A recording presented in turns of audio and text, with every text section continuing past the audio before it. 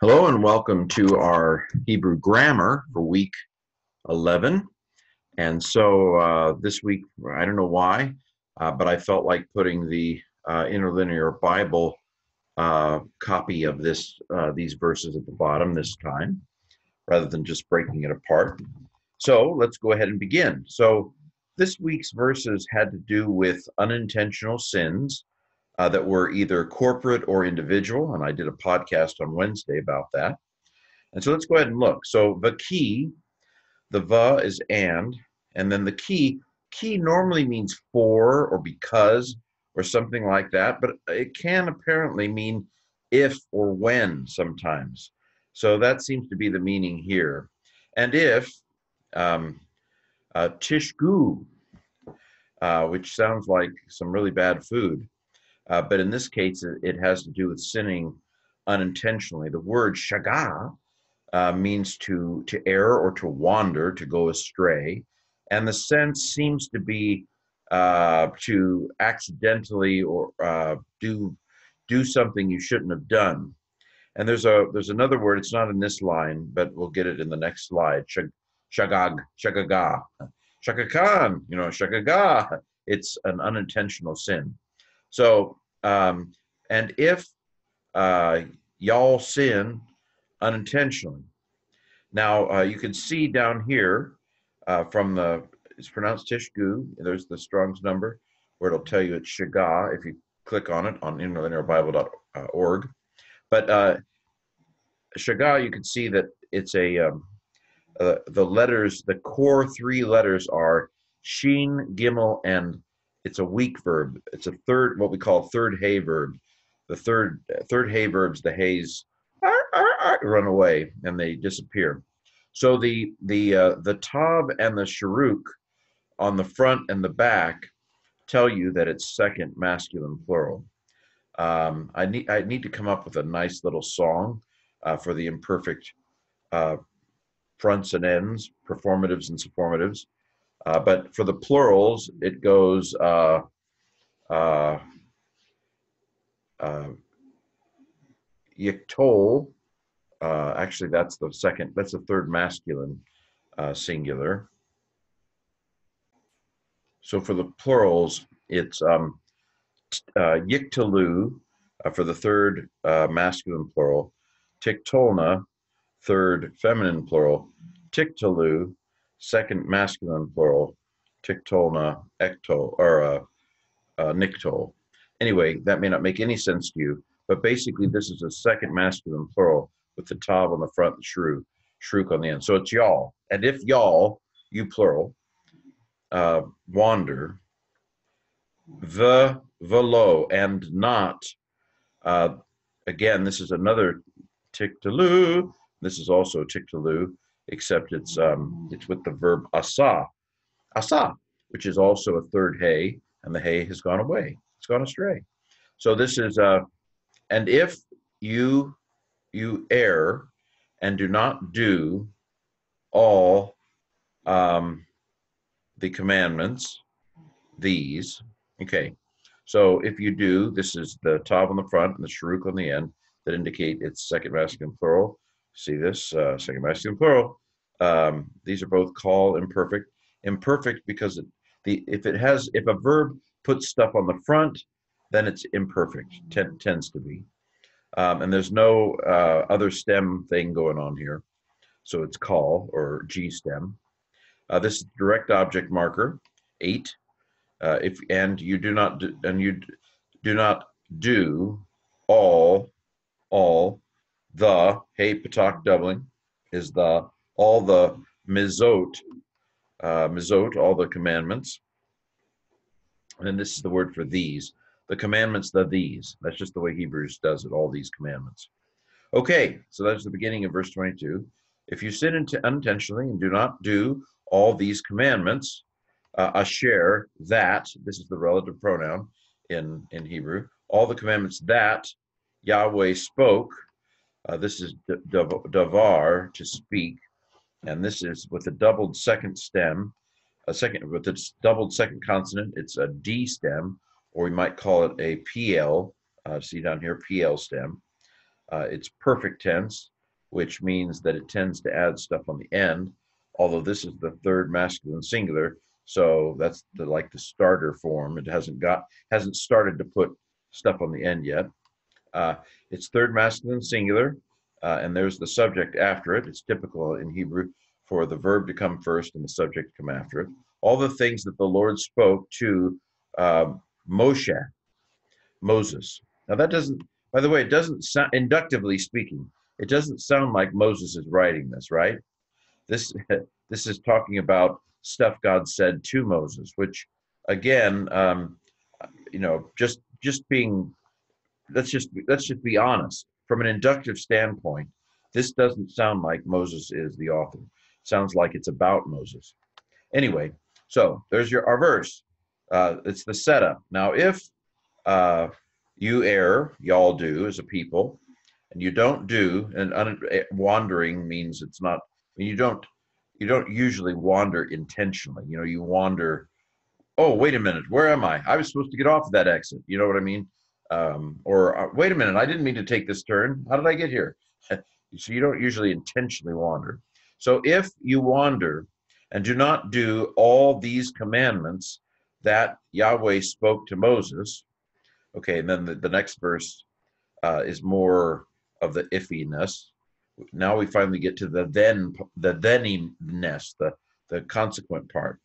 Then, now this is really just an and, but notice that then, and fund with verbs.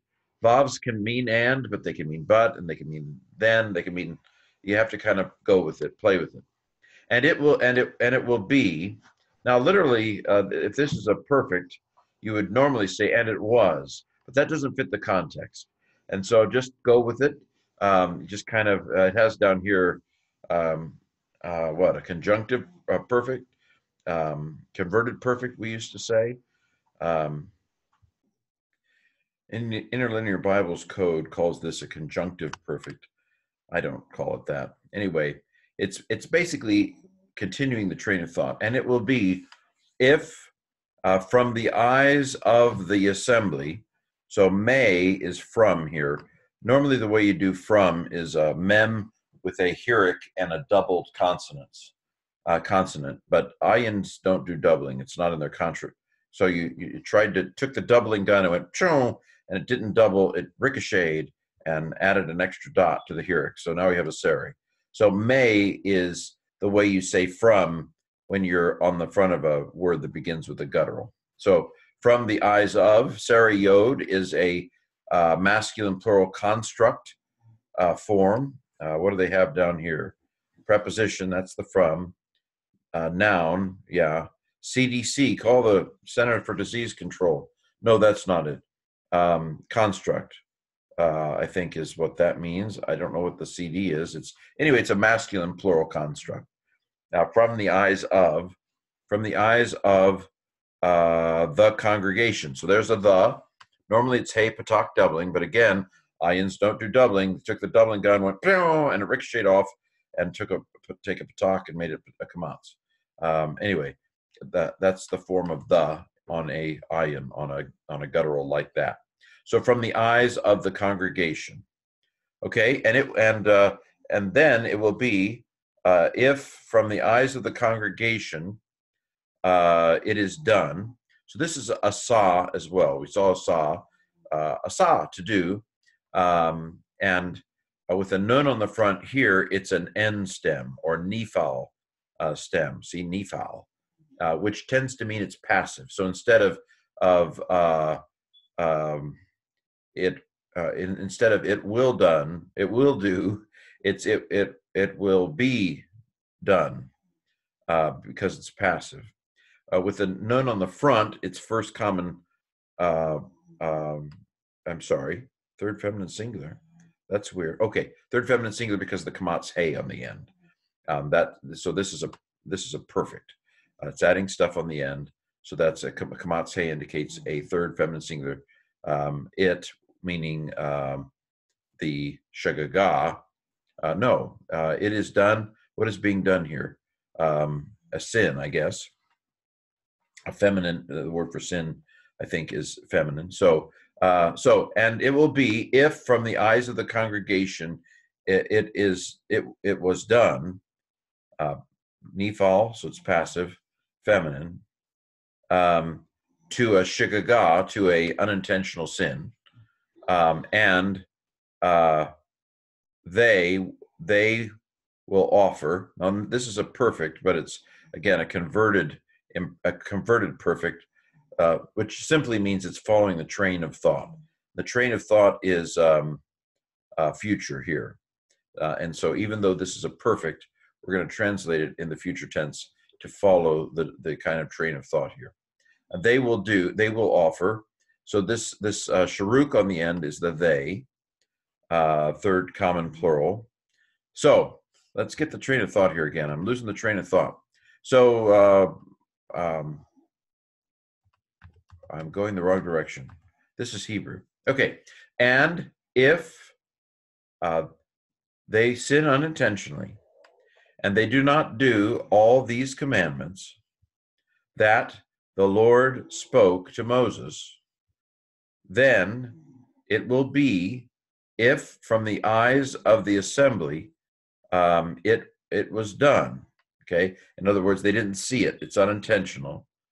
For an unintentional sin, that they will offer. The vav here doesn't really go well as and, so that it's translated that what will happen in those circumstances? It will happen that they will offer everything. That is, the whole congregation will offer. So there's the feminine that's doing the offering. All the congregation will offer a bull, the son of a ox, the par, ben pakar. Oops, what did that do? So they'll offer a bull and the son of a bull, one, achad, just one of them, for a whole burnt offering, olah, a whole burnt offering, the whole thing, to a aroma, la reach. Interesting. This looks like the word for spirit, ruach, but it's riach. But you can see that if ruach is breath or spirit, then reach is aroma, which involves a kind of a wisp of smoke, an aroma. Nikoach. This is a sweet aroma, to a sweet aroma to Yahweh. Okay, so they're going to offer a bull, the son of a bull.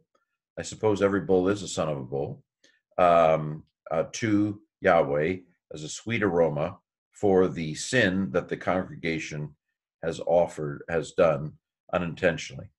Okay, so now in verse 27, we go to the individual sin. That was the corporate sin. Now we'll go to the individual sin. Va'im, and if a nefesh akat, if one person, so akat is one person, and then nefesh is a soul, but soul in Hebrew is not a detachable part of a person. A soul in Hebrew is a person, a living soul. So now if an individual soul sins, kata is the word for sin, and then the word, the tav on the front indicates it's imperfect because it's putting stuff on the front. See, imperfect down here. And then yiktol, tiktol, so this is a third feminine singular. The reason it's feminine is because the word for soul, nefesh, is feminine. If one soul will sin with shegagah, with unintentional sin, there's the with on the front, that, again, you can't translate it and here, it doesn't make sense, that he will cause to offer. So the hey on the front and the hirik yod, especially in the middle, indicate that it's an H stem, a hifil stem, which is a causative stem. It will cause to offer, will cause to bring. So the hey on the front and the hirik is the hey, and then the kamatz hey is the third feminine singular. We saw that previously in a perfect, and this is a perfect. and we're going to translate it like a future. When they put conj perf, they mean it's a perfect being translated as a future. That she will bring, not he shall bring. But anyway, the soul is a she. So, and the person, the living soul, will cause to bring a goat. So this is an individual sin. If the community sins, you need a bull because that's the community. It's big. But this is an individual, so a goat will do. A goat, a daughter of a first year, a daughter of her first year. Bat is daughter, and here it's construct, so daughter of, and then kamatz hay with a mapik is the word for her, and shana means year. So daughter of her first year for a sin offering, a katat, for a katat. Lamed means two or four, and then this is katat, the word for sin offering here. Okay, well, that was a little rough, but I hope we got through it. Let's see if we can get through it. Let's go back to the beginning of the week and see if I can do it now. So, and if they will wander, sin unintentionally, and will not do all these commandments that Yahweh spoke to Moses, that it will be, if from the eyes of the congregation it will be done for a unintentional sin, that all the assembly will make or will bring a bull, the son of a ox, one, for a whole burnt offering, for a aroma sweet to Yahweh. And if, now next paragraph, and if one person will sin with an unintentional sin, and that the soul will cause to bring a goat, a daughter of its first year, for a sin offering. Well, okay, that wasn't so bad. So this week we've looked at unintentional sins, corporate and individual, from Numbers 15. Next week, I think we're going to look at Ezekiel 18 and the soul that sins, it shall die. The move toward individual responsibility from more corporate responsibility within Israelite thought. So we'll see you, Lord willing, next week.